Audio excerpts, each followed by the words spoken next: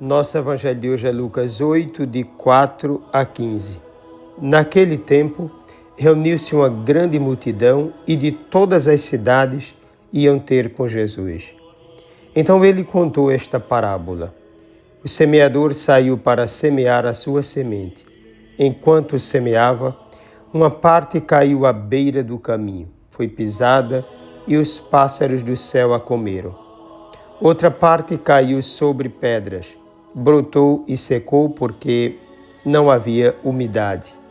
Outra parte caiu no meio dos espinhos. Os espinhos cresceram juntos e a sufocaram. Outra parte caiu em terra boa, brotou e deu fruto 100 por 1. Dizendo isso, Jesus explicou: Quem tem ouvidos para ouvir, ouça. Os discípulos lhe perguntaram o significado dessa parábola. Jesus respondeu: A vós foi dado conhecer os mistérios do reino de Deus, mas aos outros só por meio de parábolas, para que olhando não vejam e ouvindo não compreendam. A parábola quer dizer o seguinte: a semente é a palavra de Deus. Os que estão à beira do caminho são aqueles que ouviram, mas depois vem o diabo e tira a palavra do coração deles, para que não acreditem e não se salvem. Os que estão sobre a pedra são aqueles que, ouvindo, acolhem a palavra com alegria, mas eles não têm raiz. Por um momento acreditam, mas na hora da tentação voltam atrás. Aquilo que caiu entre os espinhos são os que ouvem, mas com o passar do tempo são sufocados pelas preocupações, pela riqueza e pelos prazeres da vida, e não chegam a amadurecer. E o que caiu em terra boa são aqueles que, ouvindo com um coração bom e generoso, conservam a palavra e dão fruto na perseverança.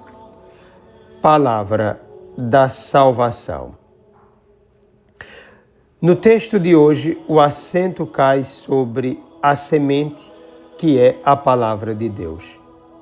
Ela deve ser semeada no mundo inteiro, mesmo que os terrenos sejam de má qualidade. Um exemplo disso é a terra de Israel, um território impróprio para o plantio ou mesmo a semeadura. Lá é comum lançar a semente estando ainda a terra despreparada, ou seja, completamente tomada de matos. Mesmo assim, o semeador lança a semente sabendo de todos os riscos, podendo ou não colher algum fruto mais tarde. Assim deve proceder a comunidade cristã. Sua preocupação não deve se concentrar na colheita, na transformação imediata da humanidade, numa resposta rápida ao anúncio feito. Em muitos casos, isso é possível, mas em muitos outros, tudo parece não dar certo. E quando isso acontece, bate uma espécie de desânimo. O semeador deve ter apenas uma preocupação: semear sem medo e permanecer confiante no poder de Deus. Aquele que semeia deve, antes de tudo, não escolher o lugar onde a semente será lançada, nem querer forçar o crescimento da semente nos corações. O semeador deve ser uma pessoa de profunda vida de oração, de conhecimento da palavra de Deus e de conhecimento também da realidade humana. Deve ser alguém simples, humilde, paciente, desapegado, disponível, obediente e decidido.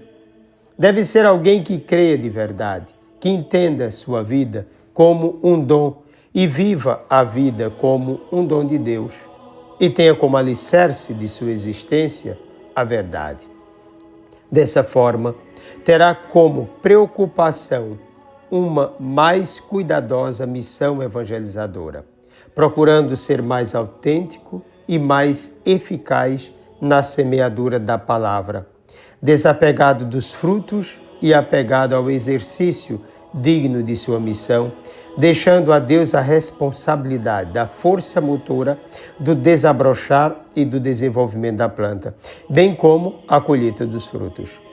O semeador deve ser fiel e verdadeiro, amar e viver na alegria da resposta a Deus, semeando nos corações de todos os homens, sem exceção, pois seu interesse é a salvação de todos, deixando-os livres para darem frutos ou não, muitos ou poucos frutos, mas que cada um seja livre na resposta ao chamado salvífico de Deus. Um outro ponto é a questão de Jesus falar claramente para os discípulos e em parábolas para os demais. A resposta é clara. O conhecimento de Jesus e dos seus ensinamentos se dá na abertura a ele, às suas palavras e à sua vida. Quando tomaram o caminho da rejeição a Jesus, tanto as lideranças judaicas quanto os pagãos se afastaram mais e mais de Deus e se abismaram numa cegueira tremenda. Na medida em que se prontificaram verdadeiramente a ouvir o que Jesus tinha a dizer, certamente passaram a enxergar mais. O contrário também aconteceu quando se tornaram insensíveis aos ensinamentos dele, o que aumentou neles absurdamente a ignorância nos mistérios de Deus. Ora, o conhecimento exige profunda intimidade e era justamente isso que lhes faltava. O quarto e último ponto retoma a questão das sementes, mas não dando ênfase à semente e sim aos tipos de terrenos. Aqui, o evangelista revela a possibilidade da perda da fé, do retorno ao paganismo ou às mesmas práticas da velha religião, seja judaica, seja pagã. Muitos são os fatores que não permitem a continuidade de uma vida em comunhão constante com Deus e voltada para o ministério missionário. Por exemplo, a indiferença, o próprio maligno, a insegurança, o apego a si mesmo, ao mundo e às pessoas, o desejo de ter tudo, de possuir as pessoas, dominá-las, entre outras coisas, como grossas correntes psicológicas e ideológicas, as quais impedem a libertação interior de muitos e possibilitam uma autêntica disponibilidade ao serviço do bem. Muitos, ao contrário, foram capazes de morrer para si mesmos e tornar suas vidas, por ação do Espírito do Senhor, verdadeiros dons, oásis de bênçãos para os outros, lugares de salvação para muitos. E quanto a ti, que tipo de terreno tu és ou estás desenvolvendo dentro de ti mesmo? Desça sobre ti a bênção do Deus Todo-Poderoso, Pai, Filho e Espírito Santo. Um forte e carinhoso abraço.